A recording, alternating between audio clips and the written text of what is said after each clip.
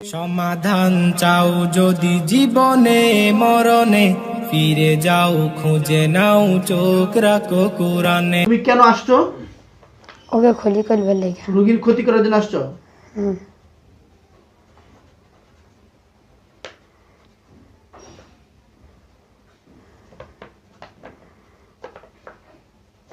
তুমি রোগীর কি ক্ষতি করছো? শরীরে প্রবেশ করতে চাইছে, ও দেয় নেই। কেন দেয় নাই? ও ও দেয় নাই? ও বাধা কি দিয়েছে? কিসে দেয় নেই? হ্যাঁ, বাধা কিসে দেয় নেই? তাহলে প্রবেশ করতে পারো নাই কেন? ও কইছে কি না, তুই আমার শরীরে ঢুকতে পারবে না। এই জন্য পারো না? না, আচ্ছা ঠিক আছে। তুমি কি ক্ষতি করছো রোগীর?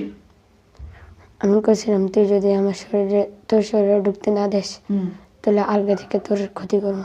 তুমি কি ক্ষতি করবা? এই মাথা মাথা ফিটমো, মাথা ফিটমো। আওয়াজ দিয়া এবং ক্লিয়ার, সবাই যেন বুঝতে পারে।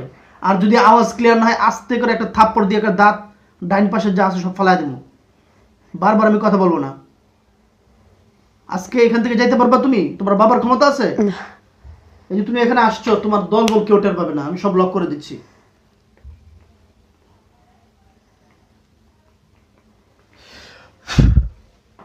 আজকে যদি এখানে তোমার কবরও দেওয়া হয়, তোমার আত্মীয় স্বজন কেউ টের পাবে না তুমি কোথায় আছো। এবং তাদের সাথে তারা যেন তোমাকে দেখতে না পারে, সেই জিনিসটা আমি নষ্ট করে দিচ্ছি।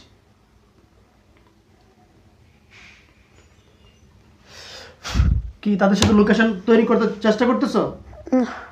যদি একটু তৈরি করার চেষ্টা করো, এক কূপ দিয়ে একবার ফেলে দেবো কইলাম। আমি যাহা বলি তাহাই করি, কথা ঠিক কিনা?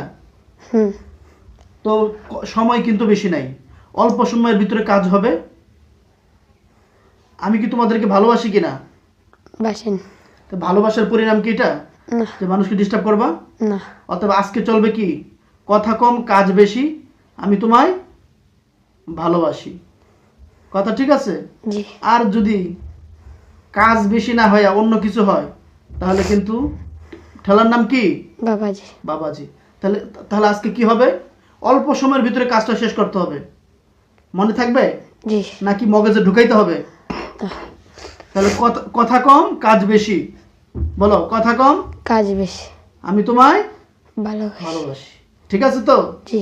আর যদি কথা কম কাজ বেশি না হইয়া অন্যটা হয়, তাহলে আমি তোমায় ভালোবাসি জায়গায় কি হবে, আমি তোমায় মারি।